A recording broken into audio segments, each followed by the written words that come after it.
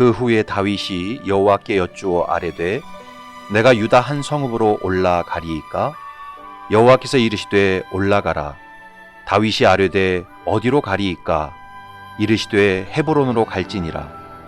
다윗이 그의 두 아내 이스라엘 여인 아히노암과 갈멜 사람 나발의 아내였던 아비가일을 데리고 그리로 올라갈 때에 또 자기와 함께한 추종자들과 그들의 가족들을 다윗이 다 데리고 올라가서 헤브론 각 성읍에 살게 하니라. 유다 사람들이 와서 거기서 다윗에게 기름을 부어 유다 족속의 왕으로 삼았더라. 아멘.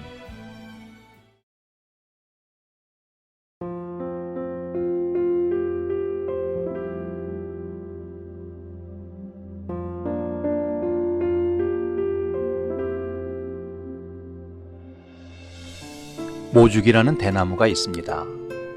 이 모죽은 대나무 중에 최고로 평가받는 품종입니다. 그런데 이 모죽은 씨를 뿌린 후 5년 동안은 아무리 물을 주고 가꾸어도 싹이 나지 않는답니다.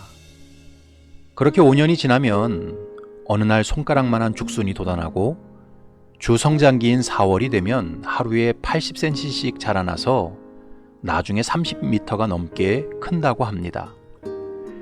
그렇다면 왜 모죽은 5년 동안 전혀 자라지 않을까요? 학자들이 의문을 가지고 땅을 파보았더니 5년 동안 모죽은 그 뿌리를 사방 10리까지 뻗치며 땅속 깊숙이 뿌리를 내렸답니다. 그러니까 모죽은 5년 동안 허송세월을 한 게 아니었습니다. 아래로 뿌리를 내리며 내실을 다지고 있었던 것이지요. 그렇게 내실이 확실하게 다져졌을 때 모죽은 1년 만에 다른 나무가 5년 자라는 것보다 훨씬 더 높게 자라났던 것입니다. 많은 사람들이 높은 자리나 영광스러운 이름을 얻는 데 관심이 큽니다.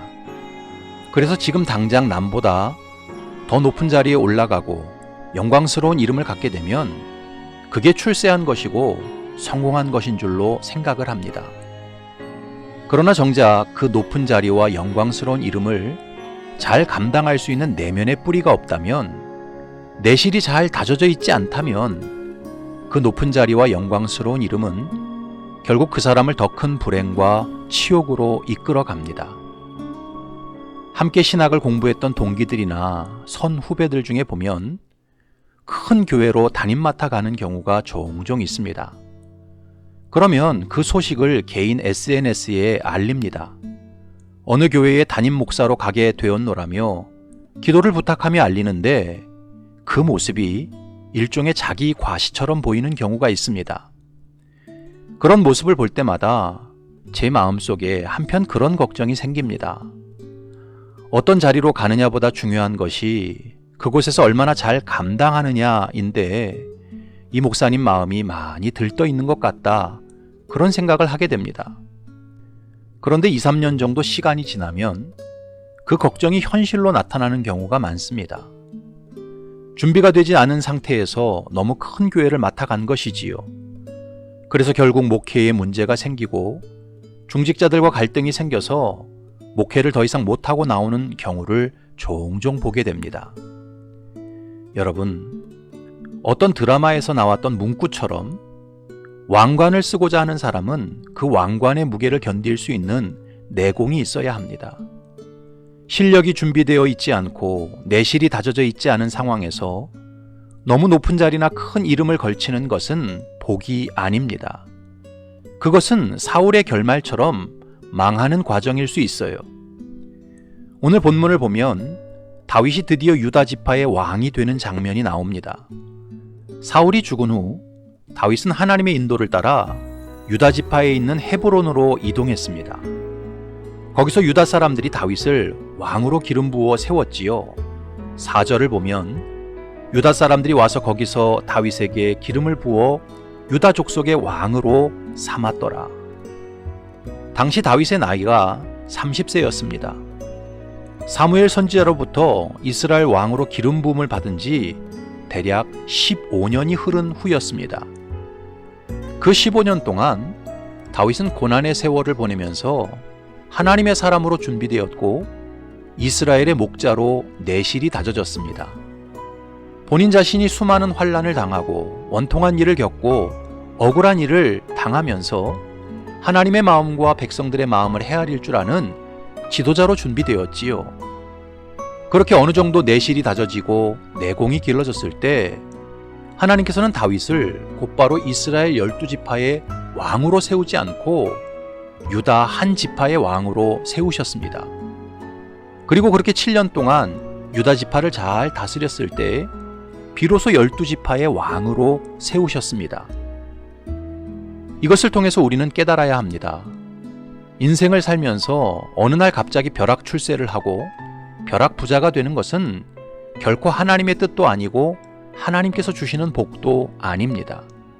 그것은 장차 크게 박살나기 위해 잠시 높은 곳으로 올려지는 사탄의 유혹이고 마귀의 인도입니다. 성경을 보면 하나님께서 사용하신 믿음의 사람들에게는 공통점이 있습니다. 그것은 그들이 아름다운 자리에 올라가고 영광스러운 이름을 얻기 전에 먼저 충분한 내공을 기르고 내실을 다지는 고난의 시간을 보냈다는 것입니다. 아브라함은 이삭을 얻기까지 25년 동안 유리방황하며 하나님의 때를 기다렸습니다. 요셉은 총리가 되기까지 13년 동안 애굽의 종과 죄수로 혹독한 세월을 보냈지요. 모세는 출애굽의 역사를 이루기까지 40년 동안 미디안 광야에서 무명의 세월을 보냈습니다. 하나님께서 귀하게 사용하신 사람들은 결코 어느 날 갑자기 아름다운 지위와 영광스러운 이름을 얻지 않았습니다. 먼저 고난과 역경을 통해 충분히 겸손해지고 충분히 성숙해진 다음 아름다운 지위와 영광스러운 이름을 얻고 복되게 쓰임 받았습니다. 그러므로 하나님의 자녀들은 아무리 현재 삶이 힘들고 공색해도 절대 조급한 마음을 갖거나 원망하는 마음을 품으면 안 됩니다.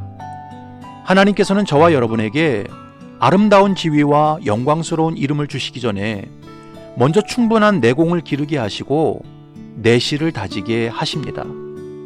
따라서 지금 내가 마주한 현실이 어렵고 힘들어도 잘 인내하며 견뎌야 합니다. 지금 닥친 고난과 어려움을 통해 더 겸손한 그릇으로 빚어지고 하나님을 온전히 믿고 신뢰하는 사람으로 세워져야 합니다. 그렇게 내실이 잘 다져지면 하나님께서는 반드시 아름다운 지위와 영광스러운 이름을 허락하십니다.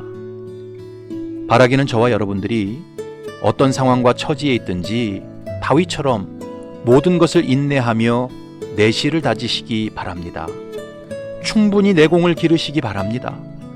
그래서 잠시 쓰임받고 버림받는 인생이 아니라 끝까지 하나님께 영광스럽게 쓰임받는 복된 인생이 되시기를 주님의 이름으로 축복합니다. 아멘.